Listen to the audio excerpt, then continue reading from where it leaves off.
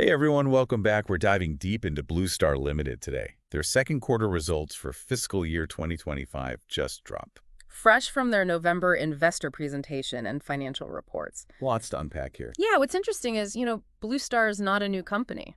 Right. This is an 80-year-old Indian company, a leader in air conditioning and commercial refrigeration. Wow. And even those big electromechanical projects, all the stuff that keeps a building running, plumbing, electrical. The unsung heroes, Yeah. keeping us comfortable, productive. Oh. But they're not just an Indian company anymore, right? Right. From what I saw, they've got a network of like almost 4,000 partners. Yeah. And they're operating in more than 18 countries. They even maintain, get this, 2 million tons of AC and refrigeration equipment. That's massive. And that's what we're going to do today. We're going to go beyond just the numbers. We're going to explore Blue Star's journey, how they're expanding into new markets, and their commitment to sustainability with their net zero roadmap. It's not just about financial performance. It's about understanding the larger forces at play. Right. Exactly. So speaking of performance, some segments are soaring, some faced headwinds. We'll break it down. We'll look at what's driving those differences, what it all means for Blue Star's future. Yeah, to really get a clear picture, we need to break down Blue Star's operations into their three main business segments. Each one tells a unique story. Love it. Let's start with segment one. Electromechanical projects and commercial air conditioning systems. They pulled in a cool 1,428 crore in revenue for Q2. That's a 32.6% jump compared to last year. Huge, driven in large part by the booming manufacturing and data center sectors. Oh, interesting. Particularly in those up-and-coming Tier 3 and 4 cities. Like where? We're talking like Coimbatore, Visakhapatnam, Salem, places experiencing rapid development. Plus, Blue Star has been focusing on total cost management, or TCM, to improve their margin. TCM. Yeah. I'm not familiar. It's basically a strategy where they look at every aspect of a project. Design, procurement, execution, find ways to reduce costs without sacrificing quality.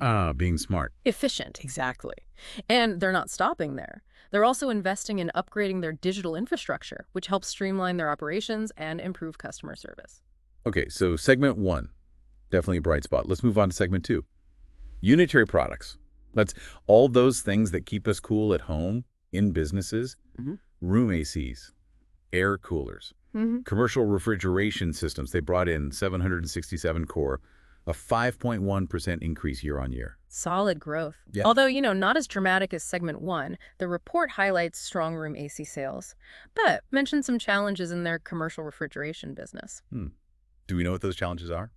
The reports don't give a lot of detail, but it's possible they're facing increased competition or maybe supply chain issues impacting their refrigeration business. Makes sense. I do find it fascinating, though, the sheer range of products in this segment, from premium to more affordable split ACs. And get this, their customer base, it's everyone. Ice cream makers to pharmacies. Yeah, speaks to their broad reach, ability to cater to all those different market needs. Now let's turn to segment three, professional electronics and industrial systems. This is where things get a little complex, a bit concerning maybe. Revenue came in at 81 crore, a 23.5% drop compared to last year. Not the direction we want to see. Yeah, and this is where, the global context comes into play. Okay. This segment focuses on specialized areas, like medical technology, or medtech for short, industrial solutions. Got it. They rely heavily on importing high-tech equipment, and it seems like they've been hit by supply chain disruptions and uncertainties. Yeah. Those delays are impacting revenue and probably squeezing margins. It highlights how interconnected the global economy is. Yeah. Something happening on the other side of the world can directly impact a company's performance. Absolutely.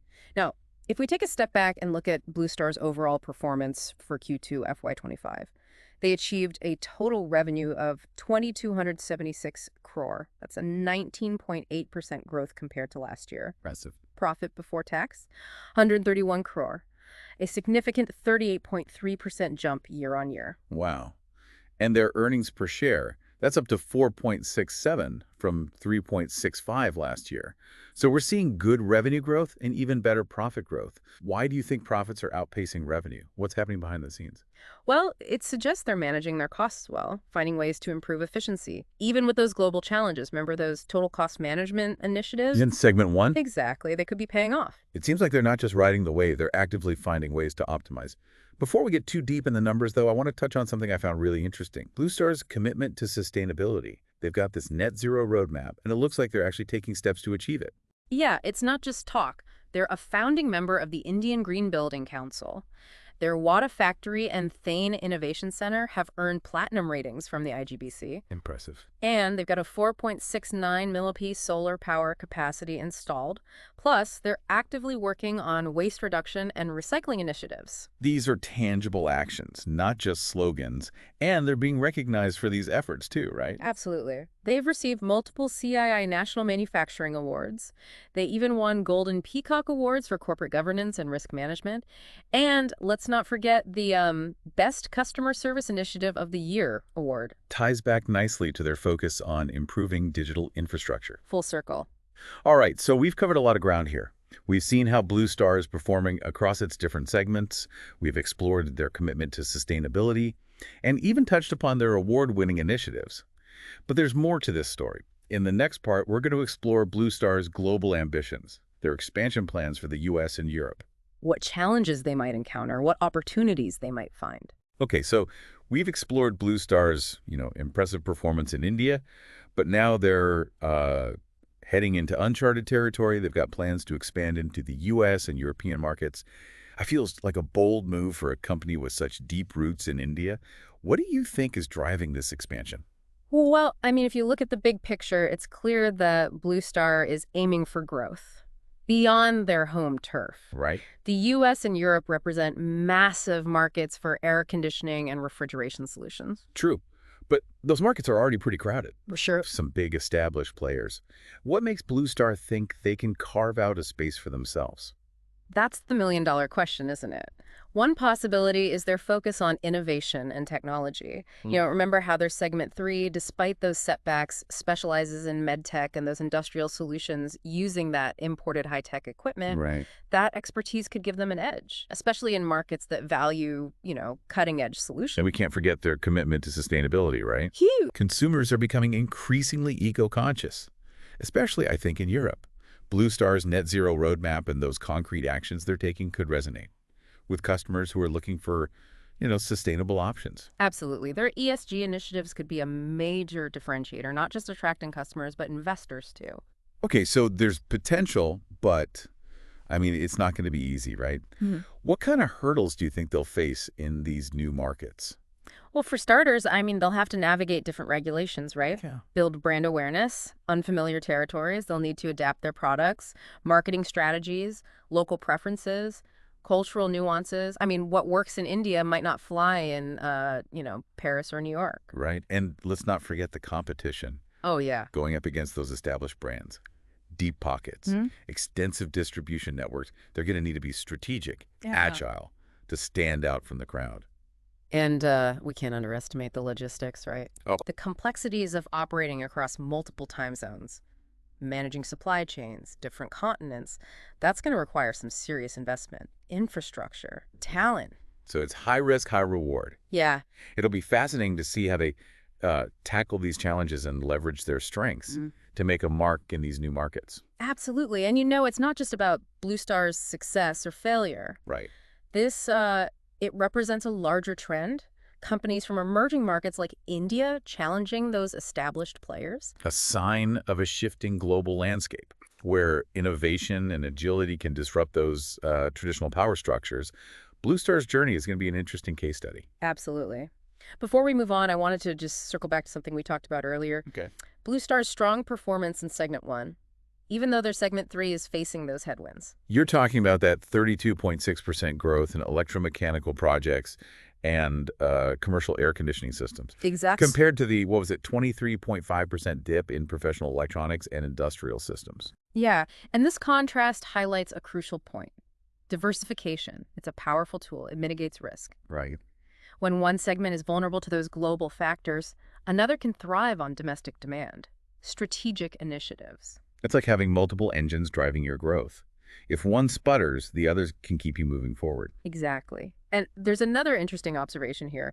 Remember Blue Star's focus on that total cost management? To improve their margin. Yeah, this proactive approach could be a key factor in their overall resilience. So they're not just riding the wave, they're taking control, optimizing Yeah. to boost profitability. Precisely. And that's a valuable lesson for any business, regardless of size, industry.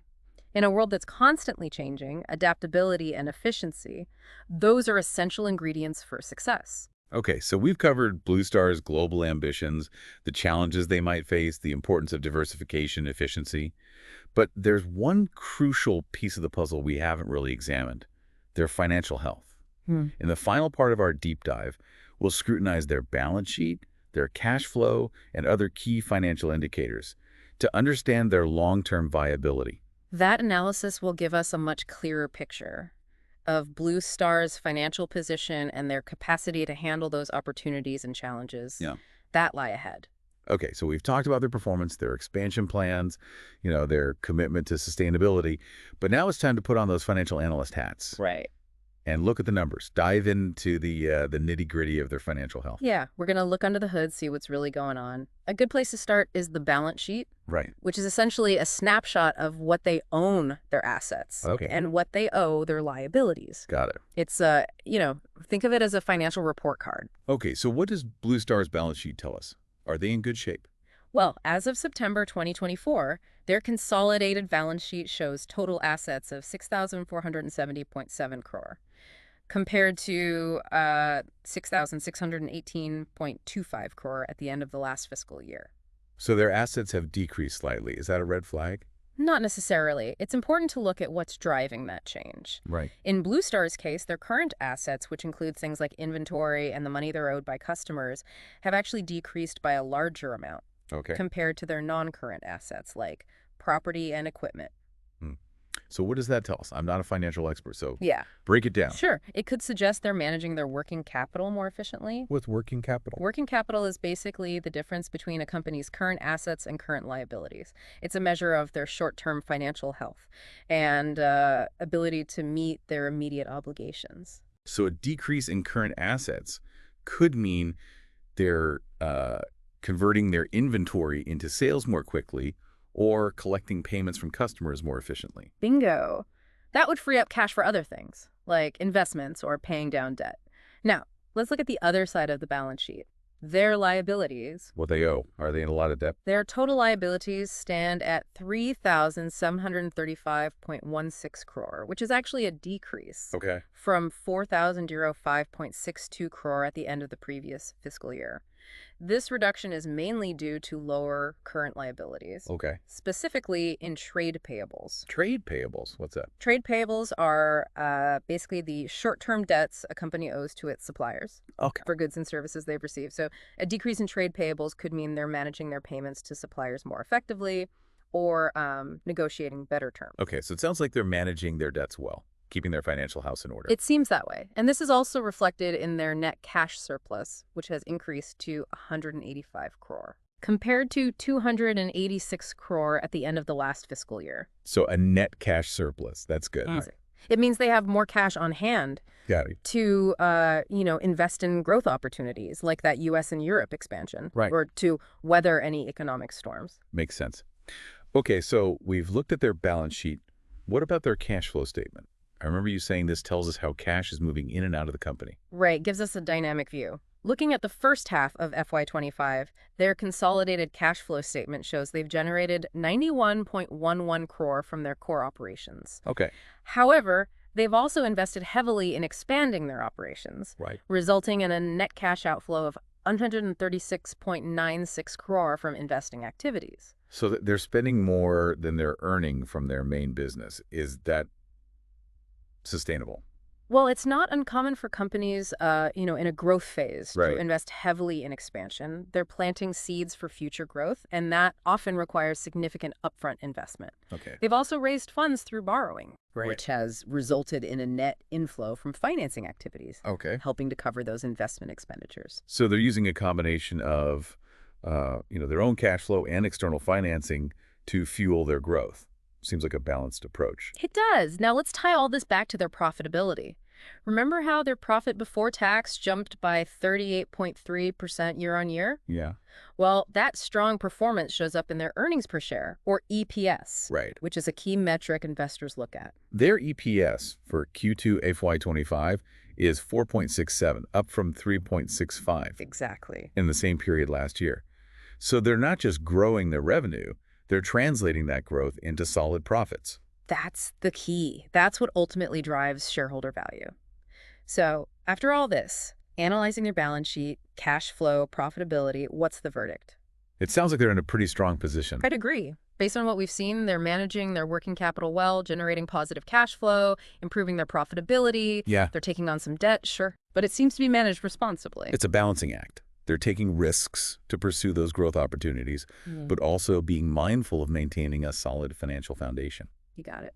Well, this has been a fascinating deep dive into Blue Star's Q2 performance.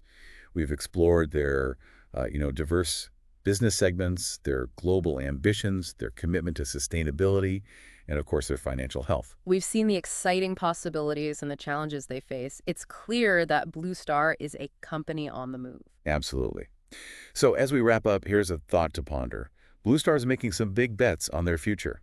Expanding into new markets, investing in technology, prioritizing sustainability. Do they have what it takes to succeed in this ever-evolving landscape? Thanks for joining us for this deep dive into Blue Star. Until next time.